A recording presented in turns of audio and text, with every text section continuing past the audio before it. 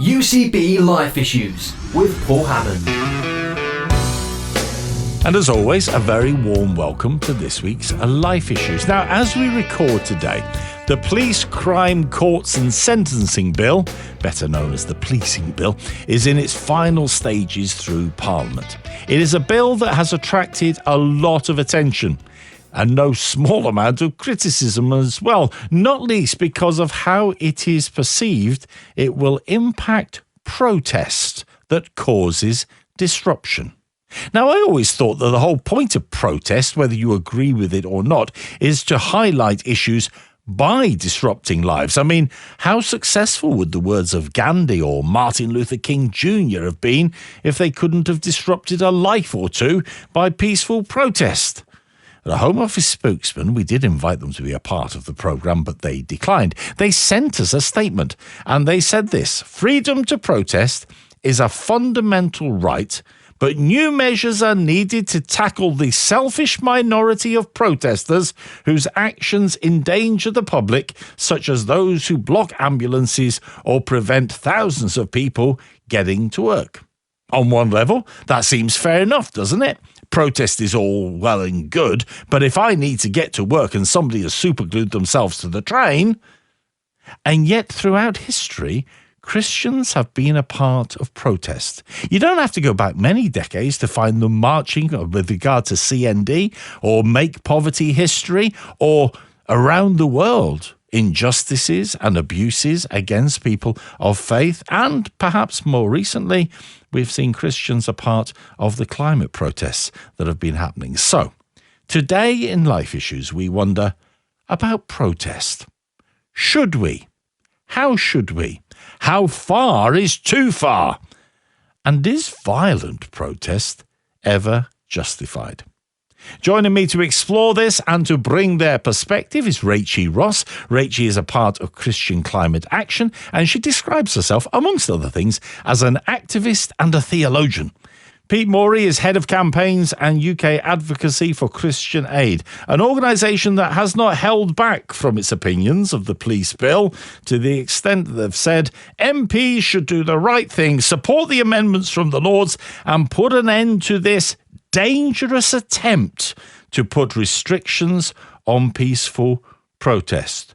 Strong words. So let's start with the bill.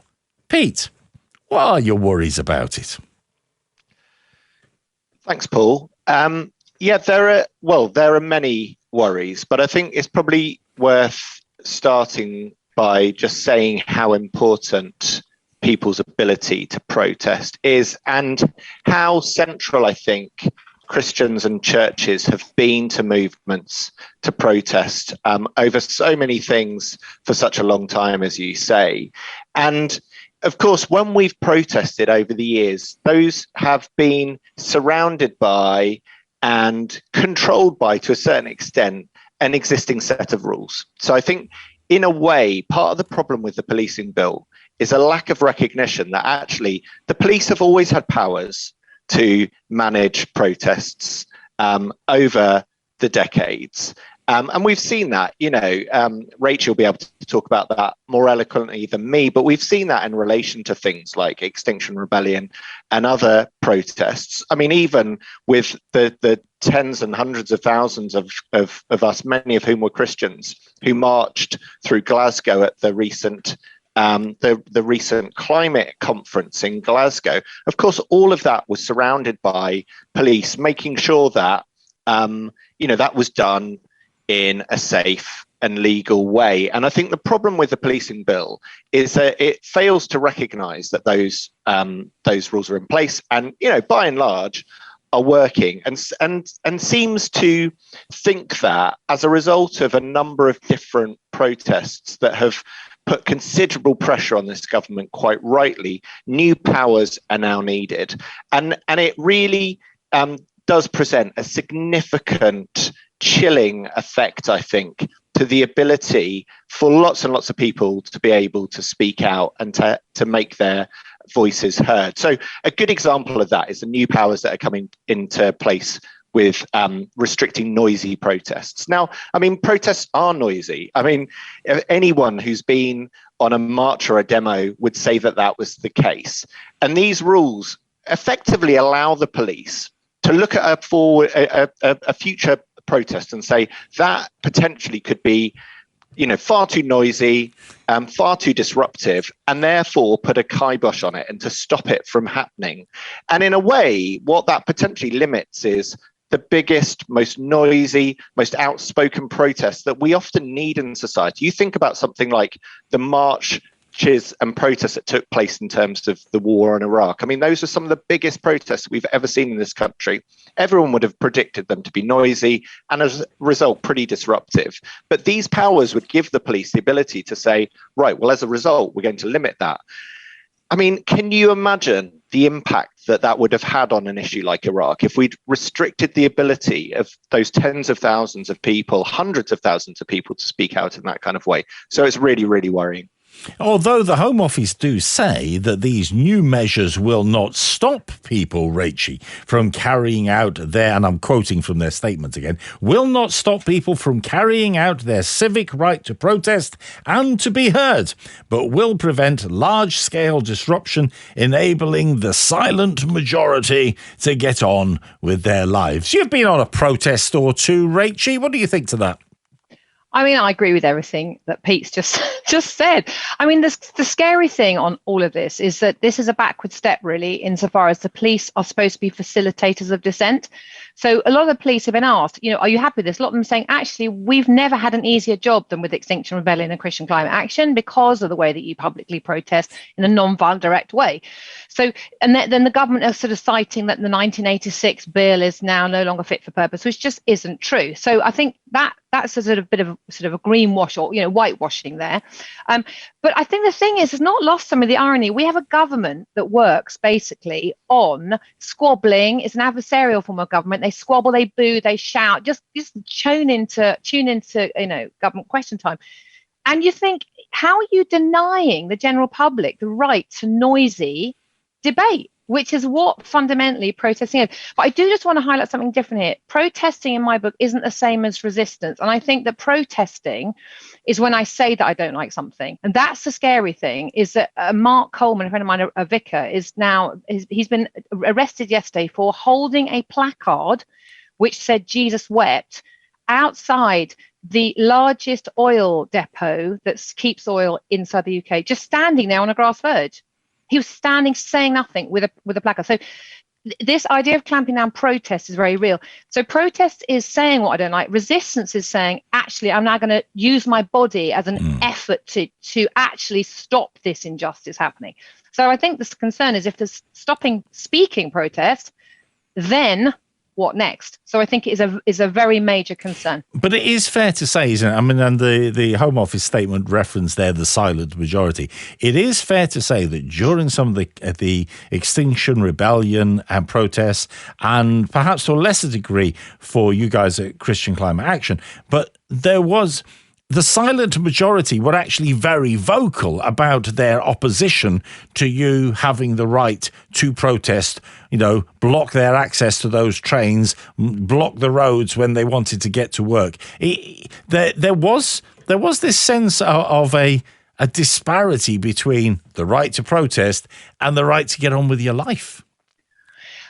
You say that, but what's interesting is those high media sort of cases. So you had the Colston statue throwing into the to the river, into the docks. You had the Canary train, all that. Those high cases, and some of IB, they were unanimously by the jury found 100% not guilty, because the jury said it doesn't really matter what you say. We see this as proportional to the crisis we face, which is global, immediate. We've got to cut our carbon in the next 8 years in half, and at the same time, the government has now said, Paul, that we've got 40 new explorations of oil and gas in the North Sea. now, going live now. And then you're thinking, well, hang on a minute, you haven't got the right to publicly protest the fact that this is endangering life on Earth. So the jury, what I think is fascinating about this bill, and I'm really interested about non-violent direct action from the jury to see if you put this as law, which has now gone through 2 days ago, what happens if the jury say, it doesn't really matter what you say, government, we think this is a proportional response. It doesn't matter actually that we blocked a motorway for 24 hours, actually, because it's proportional to the threat to humanity, life on God's planet, to all ecosystems, all animals, and to see if they say not guilty. Then what are they going to do? And I think that is a fascinating, subversive, creative act of non-violent direct action. Bring it on. But do we not need, Pete, to actually consider the level of disruption we create with our protest in people's ordinary lives, people going around doing their ordinary business? Isn't there a responsibility, especially on Christians involved in protest, to actually go, I will consider the needs of others. I will, prefer one another in love, whatever verse we want to pluck out of context to use for this. Or is it perfectly acceptable for us to turn over the tables of the money changers come hell or high water? I mean, would Jesus have fallen foul of the new law? So I think yes, probably to all of those questions, Paul, in a way. I mean, I always think about that example of Jesus and his disciples walking through the fields on the Sabbath and picking wheat, and the Pharisees saying to him, that's against the law. How can you do that? And I forget what Jesus says in response, but effectively, we have lots of examples of Jesus, pointing to where it is necessary and needed to break the rules. But I think, of course, anyone engaged in protest and resistance will need to think about the impact on other people, and I think it would be unfair to suggest that doesn't happen. I mean, I'm aware through people who've been involved in Extinction Rebellion at the levels of thought that have gone into about closures of bridges, about occupying areas of streets and so on. And as Rachel said, the kind of conversations that Extinction Rebellion have had then with the police to say, this is what we're doing, this is how we'll ensure that there can be access and so on. And I think what the government has failed to do is to recognise that that's the case, and that actually in many of these examples, people take a very responsible approach to it. And so on the one hand, I think people think a lot about the kind of impact that these sort of protests have on others. But of course, beyond that, the people that we need to think about most when we're thinking about protesting are the people on, when we come to climate, on the people on the front line of the climate crisis, right? I mean, at the end of the day, this is a crisis. This is an emergency. This isn't a future crisis for our brothers and sisters in Bangladesh, in Kenya, in Haiti, who every day are seeing their livelihoods destroyed as a result of extreme weather. And I think fundamentally as Christians, that's who we should be thinking about first and foremost. So yes, we need to think about people who are affected in the UK when we're doing this. And I think protesters do that all of the time. But most importantly, really, we need to think about the people who we care about most, who are impacted by things like the climate crisis. Rachel. Yes, and I agree with all of that. I think as well, we'd be mindful to remember that the word crisis, which you just used there, is from the Greek krino, which really means choice and decision. So if we reframe this sentence, instead of saying the climate crisis, the refugee crisis, if we said the climate choice, the refugee choice, the war choice, the fuel poverty choice, we then actually give responsibility to people, Christians included, to say, what is your choice with your actions, your words, your pound, your protesting right? What is your choice?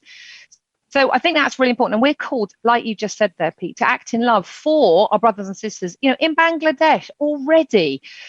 These are not, I tell you what's appalling in the minute is the press are not showing us what's going on in India around the appalling heat wave that's there right now. That, these people are saying, the headline yesterday was, you cannot move or grow in these temperatures. And yet that's not making any of the news at all. And I think because climate is now. So I think there's something around the disruption that we've seen on motorways with, say, IB, Interstate Britain, trying to wrestle that to the table. I mean, I think what's interesting is the projection is by 2050, if we're still on the planet, it's going to cost the UK government 20 billion quid a year, climate issue. 20 billion. So, if they actually understood that protest is an investment in the future, protest is the most loving thing we can say to these guys. We're holding them to the highest law, the law of love for your neighbor. If we can't say in love, you can do better, then we failed them. And as Christians, we're called to that law of love. You're listening to UCB Life Issues. You can tell why we've got Pete and Rachel on, because they are very passionate about this. But should Christians protest? Is it actually a moral, even a faith responsibility for Christians to lift up their voice to protest? And what sort of protest then is acceptable? And how far is too far? That's just part of the stuff that we're considering today as we consider the right to and the responsibility to and the manner of and pattern of protest that we can take up. My guests are Pete Morey from Christian Aid and Rachel Ross from Christian Climate Action. ChristianAid.org.uk, of course, is the website, and ChristianClimateAction.org is the website for Rachel's organisation. And I'll confess, you both have referred there to your more recent than I protests. It's been a while since the 70s, and I went on a demo. But when you go on a protest, when you go on a demo, what are you hoping to achieve? And what are you careful of? Just a couple of thoughts from each of you on that. Rachel, let's start with you. Well, I think the first thing is to position it as when I go, it's a posture of life, and it's a spiritual posture. It's a whole way of life. So I'm not going on a protest. My life is trying to be consistent in that. And it's a joy, Paul, to be honest, it's a joy. And I go with this in mind, this great quote from Richard Rohr. He says this: Jesus lived simply and uncooperatively within the empire. So my job is to live simply and uncooperatively within unjust laws. When I go, what I'm mindful of is that these are real people I'm dealing with, who have exactly the same fear as me. I'm quite a fearful person. I'm an extrovert, but I don't like the thought of being arrested. So our natural posture is fear. And then that's when you have to pray into that and say, let me be courageous against unjust laws, which may not affect me directly. So it's that interspace between the people on the ground you're dealing with, the police included. You'll never hear, for example, Christian Climate Action or Extinction Rebellion chant shame on you. I've been to protests where they have. I will never do to another group of people what they have done to a minority group. So, there's none of that. There's honouring the God in the other. And that is something as Christians, which we bring with our other faith communities, unique, Yeah. Jesus doesn't say you love someone because they have a basic morality. He says you love someone because they've got God in them. And so that's kind of what I'm doing when I'm on a protest. Pete? Yeah, I think for me, it's an act of hope, because at the heart of going out and protesting and demonstrating about things is a belief that it's possible to change things and it's possible to be part of that change. So I think, similar to Rachel's point, I guess what I'm always thinking about on the protest is the people that I'm trying to convince to change. But at the center of that is a belief that they can be changed. And I think, in a society that can really often be very, very cynical about our leaders, about the political process, about life in general, actually protest is an act of hope and an act of being part of a willingness to say that this world can be transformed and it can be changed. So it's almost, you seem to be positioning it as protest rather than the negative thing that it's often portrayed as, I suppose, especially by those who are in power because they don't want to be protested against. You're actually positioning this as a building thing, a constructive thing, a building block in society?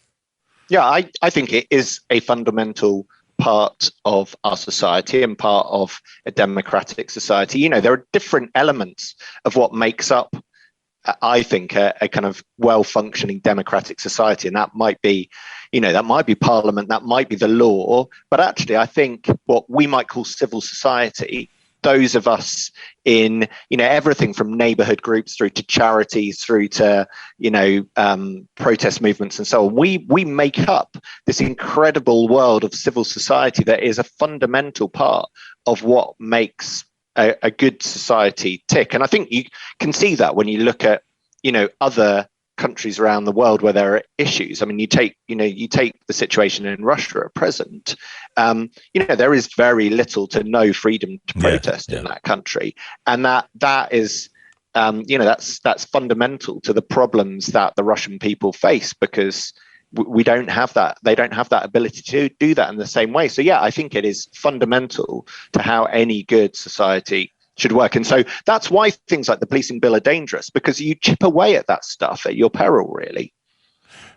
So obviously, the fact that you both have been on the occasional demo in your time indicates that you think it's acceptable for Christians to go. But I wonder if I can flip that around a little bit and ask you if it's actually a Christian responsibility to protest. I mean, from a theological point of view as well, Rachie, is there we use the phrase speaking truth to power. We use that very glibly. I mean, I frequently use it in my program when people tell me I shouldn't criticize the government. But is there actually a biblical mandate and responsibility for going out and speaking out? Well, 100%. And I think one of the most sadly mishandled passages is Mark 5:38, where it talks about this. We've basically become a load of wet wipes. So the idea that Jesus says, turn the other cheek, give your undergarments and carry the bag, and go and check the passage out. We don't have time to go into the main details, but that is so tragically misrepresented. He was subversive. He was saying use creative energy like jiu-jitsu, martial arts, to take the power from the one who's oppressing you and throw it back in a way they're not expecting. So those three examples are all around. Take someone who's oppressing you and basically use that to constrain them, because they've put their own laws. So the slapping on the cheek thing means they have to treat you as an equal. The giving the undergarment shames the one who's made you naked. And the bag thing is the soldier would have to beg you to give it back. I mean, Jesus is so brilliantly minded and so politically savvy that we've just made ourselves a whole load of doormats. So to me, the tragedy is we have to reclaim who he was and how he said to live within the system, but to retain your dignity as a human being at all costs. And the other thing I think is a really great book written by Daniel L. Smith Christopher, who talks about Jesus was a political atheist. So he had no sense of nationalism. And what the church has got to do is we've got to understand that to create enemies, to create that sense of political division is not the Christian ideal. We have a higher source of love. So our rules, we have a moral responsibility to stand up against any unjust law. And just quickly before I hand back to Pete, I work with young people in crisis, and this is a young person's crisis. So the policing bill has basically said to young people, forfeit your future. You can't even stand up to protest that there's no point getting education, that you can't have kids, there's going to be no pensions, no world to even live in. And we're not even going to let you protest. And their mental health, 57% say they don't think we're going to make it. And I deal with kids cutting because of this. So we've got moral responsibility to be an elder. I have to up my game as an elder and be the elder for these young people, because they don't have the voice. Yes, they have the vote at 18. 18? What do they do until 18? So it's definitely our responsibility. And if there's a sense that things are flying in the face of the principles of God's justice and truth and grace and all those, churchy buzzwords that we use every weekend, we have to take that protest about that to the ears of those who will not listen, Pete? I think we do. I think it's important to say, though, in relation to this question of responsibility, that there is a place for everyone in these movements. And I think we kind of need to recognize that protest, activism, campaigning, demonstrating can put people off, can alienate some people, and that some people, for lots of different reasons, may not feel that they've got a part to play in these kind of movements. And not everyone is like me and Rachie. I mean, thank goodness not everyone is like me and Rachie, right? I mean, that's the joy of it's certainly the joy of the church. It's one of the things that I love most about being part of the church is that actually I rub up against people who are fundamentally different to me. And I would hate anyone, say in my church, to think, to be involved in standing against something that I believe in, I have to do X, Y, Z. Just as in church, we wouldn't say everyone has to go down to the front and preach a sermon, or everyone has to, be involved in the worship group, or everyone has to do prayers. There should be a place for everyone in these communities of standing up and speaking out about things, and the role that someone can play. I mean, just as in our churches, the role that people play in serving tea and coffee after the service is just as important as the preacher at the front on a Sunday morning. And I think that's the same in protest movements, that we can't ensure that everyone sees this as a responsibility. Therefore, that means that they have to get arrested, they have to go on a demo, they have to do X, Y, Z. I don't think that's the responsibility. I think the responsibility is that, each of us are able to find our place and who God created us to be in, using our prophetic voice that he has given us to speak out on these issues. So I'm really interested in what that kind of inclusive sort of model of protest and demonstrating looks like, because I think a lot of people look at this, right, and they think, well, it has to be Extinction Rebellion or nothing. And actually, I think of like campaigning for change as an ecosystem where lots of different people will find their place in it. And, in local communities, for a lot of people in the environmental movement, that'll be things like their local transition town, right? And getting involved and making their town, their place more environmentally friendly, changing things in their school, in their business, in their church. That's all as important as going out on a protest to me. At the same time, an awful lot of folk will still think in terms of protest as going out on a demo, being a part of some form of direct action. So when we think about that, what type of protest is acceptable? I asked the question earlier on, how far is too far?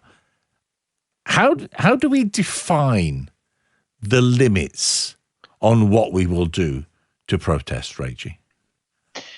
Well, it's interesting because Walter Wink, who's one of the guys, the go-to guys he does a brilliant book called Jesus and Non-Violence, and it's absolutely fantastic. And fundamentally, he says the golden rule is, well, non-violence means what you wouldn't want done to you, don't do to your opponent. And that's a good baseline kind of understanding. But what it isn't passivity, because Jesus says this third way. He's not saying, he says, don't run, don't attack fire with fire. But there's this third way, and that's what I was trying to explain around using subversive, creative actions. And I think what's interesting is every authoritarian state, I mean, Amnesty have come out today absolutely slating the bill and said that this is a draconian, backward, dark day for Britain. And what's interesting is the more you clamp down, all through history we've seen it, then creativity springs up. And the Holy Spirit is a brilliant auspice, of the sacred imagination. So what we'll see is creativity. So just to answer it in a kind of practical sense, Christian climate action, our non-violent direct action includes, we have over 1,000 members, but only 150 are active on the street level. We'll have prayers, we'll have people who write and do protests of one, all sorts, die-ins, all sorts of things, but also campaigning in the normal, what you call normal sense, preaching, teaching, agitating, holding churches to account for their money, where that is stored, agitating to the Church of England to divest. Every single level falls within that. So I think non-violence is the key for what is permissible. But I would just say one last thing to encourage people. I go as far as my courage takes me, and I am no different than you, Paul. There is many things I'd rather be doing. But when you've seen something, you cannot unsee it. Yeah. And I think for the church, for me, the sad thing is you cannot wake someone who's pretending to be asleep. I can wake you if you are asleep. I cannot wake you if you're pretending. And the church has got to stop pretending, because we are in a crisis point, a time where the church could be the bride of Christ. So in that's my sense, that's the call. But Pete, Jesus stood at the door of the temple and he looked in and he saw God's people being abused, taken advantage of, manipulated, exploited by the money changers. So he walked into the temple and he made a whip of cords and he turned over the tables and he, I quote, drove them from the courts, which doesn't create for me the impression that he said, I say, chaps, if you wouldn't mind, could you possibly pop out? Yeah, he drove them from the courts. And there's a degree of violence in that. Does that mean it's acceptable in this day and age for me as a follower of Jesus to march into the, I don't know, Bank of England or the pensions department or whatever and start tossing books up in the air? So I think for some people, it certainly means undertaking action that will get them arrested. I mean, it undoubtedly does, Paul. I think, I'm just thinking, I'm here talking to you as a representative from a charity. And as a charity, we are bound by certain laws. And so the way that we campaign at Christian Aid is clearly going to be different than how individuals would, or how non-charitable pressure groups and grassroots groups go. Because, fundamentally, our responsibility at Christian Aid is to the partners and communities that we work with in countries around the globe. And so we campaign on issues that relate to them. So I just want to make sure that I'm saying that in that context. But I think there will be occasions where individuals will campaign on issues that are of, fundamental issues of justice, and where they will be arrested and where they will probably need to be arrested. And so I think that will on occasion include things which relate to destroying I can't think of the right word, but having an impact on property, for example. So the example that I always think about, Paul, is some of the pacifist protest movements of the last 20, 30 years, and in particular, the actions that were taken against British aerospace jets being sold to repressive regimes overseas. And many of those protest actions that were undertaken by Christians, right? Which included some of those Christians trespassing onto British aerospace property and damaging those aeroplanes that were going to be sold to repressive regimes. And as a result, they were arrested. They knew they were going to be arrested. They wanted to be arrested and therefore, face trial. And my personal view is that is absolutely legitimate. It in a way, I mean, it's a funny one, isn't it? In a way, it's both an act of violence and non-violence. I mean, it's not an act of violence against a person, but it is a destruction of property. It is trespassing. But in that instance, to try and highlight and stop violence being perpetuated against people in, suffering under repressive regimes. And I think that's absolutely legitimate. Yeah, the thing is, though, Rachie, the Bible tells us to obey the laws. The Bible tells us to submit to those who are in authority over us. The Bible tells us that we need to respect the governments and those who have been given rule over us. And we're told to do all those things, Rachie. So how can it be right that as a follower of Jesus, I say, here's the law. I'm going to ignore that because I want to make my voice heard? Well, I don't think it's about ignoring the law. I mean, Jesus' nonviolent direct action principles, which are clearly laid out all through the teachings, particularly in Mark and on the Sermon on the Mount, etc., would take on board this thing. You put yourself under the law. You respect the fact the law is there. We need laws, but when an unjust law is there, you break that law for the higher good, and you take the rap of the law willingly. Hence, we have Mark in our vicar in being held, having been arrested, and he will take potentially under this new law, he'll have the policing bill, he'll have sort of defined fines and potentially 2 years in prison for holding a placard on a piece of land which he's not allowed to go against and stand there because it's oil, etc., etc., etc. So there's a sense in which we've got that but built in. Take the rap of the law. Hence Jesus died. I mean, that's the biggest form of nonviolent direct action, right? Take the law on yourself, and then come out the other side. Amazing. But I do just want to say my challenge is to the church leaders of our day. So historically in the 1980s, the Philippines had the most incredible training by the clerics of the clerics to do non-violent direct action. And they were part of stopping a bloodshed. The nuns and priests sat down, stood between soldiers, and they said, we're not bombing priests and nuns. What was the difference? They took 6 weeks. They took time to train in non-violent direct action. And the key call to the church is, Justin Welby this week thankfully said to Boris that his Rwandan status for these refugees was unethical. My challenge is, what happens if that carries on? Is it just going to be protest by words, or is it going to be followed up with resistance at the top of the Church of Christ? And I think that's the key, isn't it? How far does it go? Where are we prepared to say we've now got to put our bodies in the line, because that's the higher good, hence Pete's point.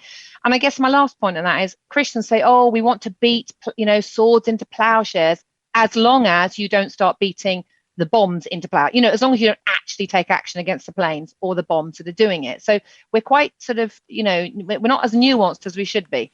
So where do we take this? How do we take this forward then? Because we live in a world where restrictions have now been put in place, where there are lots of issues, and we mentioned a few, from climate to immigration to, well, the reality of poverty and fuel poverty in our nation, and the impact that that's having on people. There are lots and lots of issues. How do we determine that which takes us from verbal objection to protest to resistance? Well, I guess the key thing is, one of the things I think is, keystone species, we have been given the planet to look after. Whatever your theological understanding is that from different streams of the church, we would view that the creation is ours to be looked after. Keystone species are anything that does damage to everything else. That's us. The responsibility falls on us to do this. And fundamentally, we need to tell the truth to ourselves. We need to tell the truth around how the capitalist model, about continual growth. We go over our planetary boundaries by February of each year. So, how our economics needs to be rewilded, our church needs to be rewilded, our governments need to be rewilded, in the sense of actually telling the truth, taking responsibility, and waking up. So I think for me, the threat is too great here. 8 years. We've got to sort this out at the absolute outside. So it's a case of time scale and severity come into frame. We've got to act, and we have to act now. Every decision we make now is a decision that is made now. So it is a case of the severity of the situation, for me, has to be acted upon. So it is about the severity of the situation and the need to get a sense to act, but it's how far that action goes, isn't it, Pete? It is, and that's why I think our response is twofold. Two things come to mind for me. The first actually is the need to pray. So I think, in the face of all the different crises and scandals that Rachel talked about, I think we should respond in prayer, because I think it is in that relationship with God and in listening to God that actually, both at a personal and at a collective level, I think we will find where and how we want and need to respond, and where God wants us to act in the world, as Rachel says, because I think that's partly because, there are so many different issues that face us. And I really, really believe that we all have a part to play. But I don't think my part and your part and Rachel's part is the same. And there's enough challenges to go around for each of us to find our part to play in that. And I really do believe that prayer is the place where we will find the answers to that. And then I think the second point for me is that we should do this hopefully. So, I think in the face of the challenges that we face, I think we need to be hopeful that we can make a difference. Because if we're not, I just think that it will lead us to denial, despondence, and inaction, to be honest. So I really believe that God is moving in this world, and that we are part of a journey towards a new heaven and a new earth, and that that is about making change happen and about our part in making God's kingdom come. And so for me, that can only be done through an attitude of hope that really is possible. And we might not see it today, we might not see it tomorrow, we might not even see it in a year, 2 years time. But I think God is moving in this world, and change is possible, and so we have to be part of that, through an attitude of hope. Because I think the opposite of that, becomes quite self-indulgent. And that actually, there's a risk that we think change isn't possible, and therefore we undertake increasingly quite selfish acts of not being part of that change. Just want to add to that. I agree with what Pete said there. I just think it's really helpful to think that optimism and pessimism, they're both wrong. Realism is right, because realism leads us to the place of hoping in the optimistic future we want. So it leads us to action. So I'm realistic about the challenges, but therefore with God and the community of believers and everybody else, I can call towards the optimistic view that I want. Do you see what I mean? So sitting in optimism means we just go, oh, whatever, let go and let God kind of thing. Pessimism leads to despair, which George Monbiot says is a sin, and he's not even a Christian, because he says then we just sink into nothing. Realism leads to the hopeful, optimistic future we want. So I just wanted to kind of add that on that bit there. So a final thought, and it does need to be effectively a sentence from each of you, and a short sentence adds to that. If you were sitting down talking face to face with somebody in a church who's going, I know that the world's a terrible place, I know that there are terrible things going on, but I don't know how active I can be in being a part of standing against that. What would you want them to grasp as to why they need to pursue an understanding of it, not just shrug it off and leave it to somebody else? Pete? I think I would talk to them about the real lived experience of our sisters and brothers in so many places around the world, and just think about what it is that we can do to be in solidarity with them and to be part of this family of God with them. And that's the piece at Christian Aid, I think, that inspires us to keep acting, is just the lived reality that our sisters and brothers see every day, and the role that we can play to stand with them, not for them, because they are the agents of change in their lives, but the way that we can stand with them, recognizing our responsibility, particularly when you think about climate, because of what we have done to cause this crisis. And Rachie? I would just say injustice and climate breakdown don't care what we think, they care what we do. And there's joy in doing it. When Jesus walked into that temple and saw the money changers exploiting God's people, his passion was that they should have free access to a house of prayer, to a place of understanding and relationship with the truth of, as well as the presence of God. So he protested, he acted, he took action, he stepped forward, he tossed the tables over, he drove them out of the temple, he took a stand. It won him very few friends, but he was serving the purpose of God in the world at that time. Surely that is the actual point of protest, that as followers of Jesus, we serve the purpose of God in the world at this time.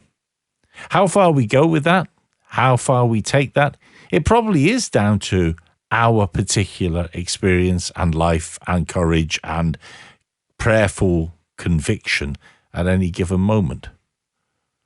But whether we speak up, whether we march, whether we get ourselves arrested, surely the call on us is to be lights that shine in the darkness, salt that brings flavour, and difference makers in loving our neighbour in this world.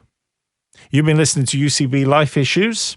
My guest today, Pete Morey from Christian Aid. christianaid.org.uk is the website. And Rachie Ross from Christian Climate Action, christianclimateaction.org. Guys, thank you for joining us today. It's been a pleasure and enlightening to talk to you. Thank you very much. Thanks, Paul. Thank you. Join me next week for another Life Issues. Ta-da!